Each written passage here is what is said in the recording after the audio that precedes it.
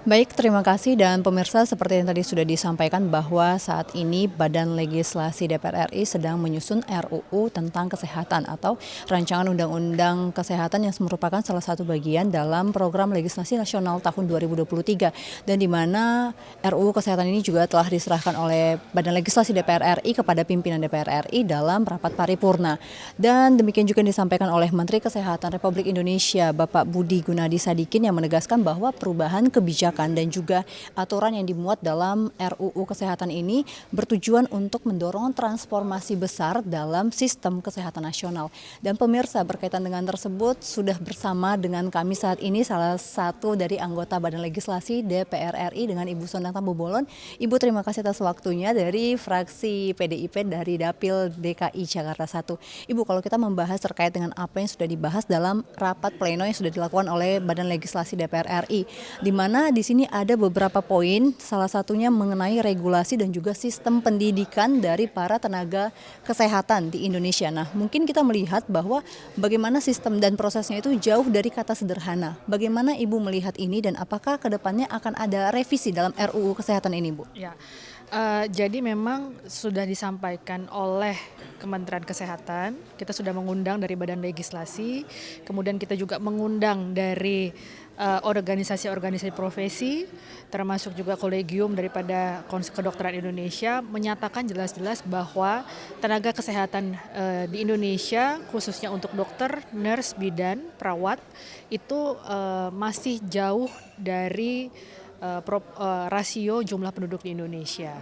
Nah, oleh karenanya dalam menyusun rancangan undang-undang kesehatan tentang kesehatan Omnibus Law ini, kami dari PDI Perjuangan ingin bahwa produk hasil undang-undang yang kita buat ini bisa membahas tentang bagaimana skala kacamata besar atau politik kesehatan yang akan kita bangun di masa yang akan datang sejalan dengan apa yang dinyatakan oleh Bapak Menteri Kesehatan Pak Budi Gunadi perihal transformasi kesehatan di Indonesia.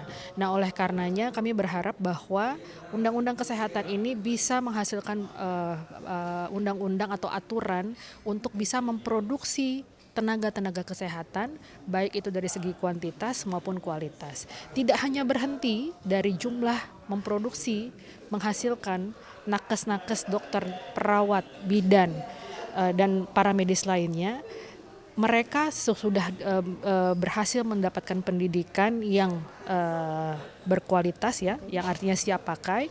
Ini juga regulasi atau aturan dalam hal mereka untuk berpraktek di dalam negeri di Indonesia itu dipermudah. Nah, saat ini kita tahu bahwa kita ambil contoh satu dokter. Ketika dia mengambil kuliah kedokteran selama 4 tahun, lulus dengan sarjana kedokteran, apakah dia bisa berpraktek langsung? Tidak. Ternyata dia harus melakukan yang namanya fellowship ataupun yang namanya koas selama 2 tahun. Setelah itu apakah dia sudah berpraktek? Ternyata tidak. Dia harus melaksanakan yang namanya internship, PTT. Dan untuk melaksanakan internship dan PTT itu membutuhkan regulasi yang cukup panjang. Dia harus mendaftar lagi kepada Kementerian Kesehatan mana tenaga wilayah-wilayah yang membutuhkan yang namanya tenaga internship dan PTT. Dan itu untuk menunggu mereka bisa melakukan internship dan PTT itu butuh waktu juga. Ada yang sampai 1 tahun, sampai 2 tahun untuk bagaimana mereka bisa ditempatkan. Setelah nanti internship PTT, belum tentu juga bisa berpraktek. Harus ada rekomendasi dari pemerintah daerah setempat atau kepala daerah bahwa memang di sini kami membutuhkan dokter. Baik itu dokter umum, dokter spesialis, dokter subspesialis. Sesudah mendapatkan rekomendasi, ternyata belum tentu sampai di situ. Mereka harus lagi mendaftar STR kepada profesi ataupun kolegium. Setelah itu baru mereka bisa mendapatkan yang namanya surat izin praktek dari Kementerian Kesehatan. Itu terlalu panjang, sangat panjang sekali. Padahal kita tahu bahwa sekarang kita ini darurat yang namanya kebutuhan tenaga medis, terutama dokter spesialis untuk mewujudkan kedaulatan kesehatan. Nah, inilah yang kita inginkan bahwa melalui rancangan undang-undang kesehatan yang dilakukan secara Omnibus Law ini bisa menyederhanakan, meringkas bagaimana mulai dari produksi sampai dengan dia berpraktek itu bisa atau bekerja melayani pasien itu bisa lebih sederhana. Tujuannya itu karena nggak ada gunanya kita membuat yang namanya fasilitas rumah sakit, kemudian kita membuat yang namanya pabrik-pabrik obat, alat-alat kesehatan. Yang melakukan operatornya siapa? Ya adalah nakes-nakes ini, dokter, nurse, bidan, dan para medis lainnya. Kita bikin gedung rumah sakit, puskesmas dan lain sebagainya, tetapi tidak ada yang mengoperasikan, sama aja bohong. Nah Ibu, sedikit terkait selain daripada kita fokus bagaimana untuk penyederhanaan dari regulasi maupun aturan dan sistem untuk pendidikan dari tenaga kerja kita, tenaga kesehatan kita maksud kami. Selain itu Bu, kira-kira apa perubahan yang mungkin diharapkan dengan adanya RUU Kesehatan ini Bu? Ya, jadi memang ini masih pembahasan awal.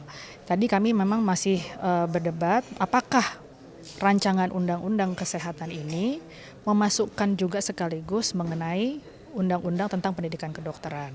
Nah, di dalamnya kan tidak hanya bagaimana memproduksi, tapi nanti bagaimana sistem jaminan kesehatan nasional yang saat ini masih perlu dalam perbaikan. Kemudian bagaimana mengatur juga produksi maupun juga distribusi obat-obatan yang berkualitas dan juga harganya terjangkau, ya kan? Karena tanpa ada obat yang berkualitas dan juga bisa terdistribusi dengan baik, ya sama aja bohong. Kemudian bagaimana sistem pendanaan? Pendanaan dalam arti tenaga-tenaga kesehatan ini seperti apa nanti yang akan pembiayaannya, termasuk juga alat-alat kesehatan. Nah, ini masih jauh sekali pembahasannya. Ini masih pembahasan awal. Nah, tujuannya satu, kita bagaimana bisa mewujudkan indeks pembangunan manusia kita menjadi jauh lebih baik lagi. Oke, apakah nanti Bu akan termasuk juga di dalamnya terkait dengan kesejahteraan para tenaga medis khususnya daerah berarti ya Bu ya? Betul. Tadi termasuk kan yang saya sudah sampaikan bahwa pendanaan mereka ini kan tadi saya sudah sampaikan proses untuk memulai praktek itu kan masih jauh sekali. Lama sekali, bisa 8-10 tahun baru mereka bisa berpraktek. Itu yang mengakibatkan akhirnya biaya pendidikan itu menjadi mahal. Ketika biaya pendidikan mahal, ya mau nggak mau mereka kan harus melakukan yang namanya istilah dalam tanda kutip balik modal, ya kan. Nah, tetapi bagaimana kalau ini bisa dipenuhi sebanyak-banyaknya tenaga-tenaga kesehatan dibanjiri, itu otomatis akan menurunkan biaya daripada pendidikan. Sama seperti kemarin misalnya kita ambil contoh minyak goreng, ketika dia langka stoknya itu sudah pasti akan naik harganya. Tetapi kalau jumlahnya berlimpah, ya sudah pasti itu akan mengikuti jumlah permintaan dengan penawaran begitu. Itu yang gitu ya. Sudah sangat terangkum, terima kasih Bu Sondang atas waktunya.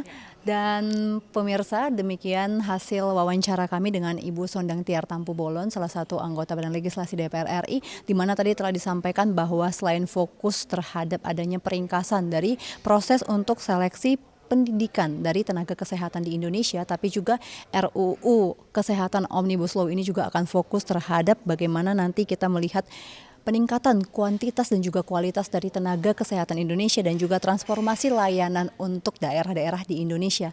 Dan saya Elisa Purba, kembali ke studio.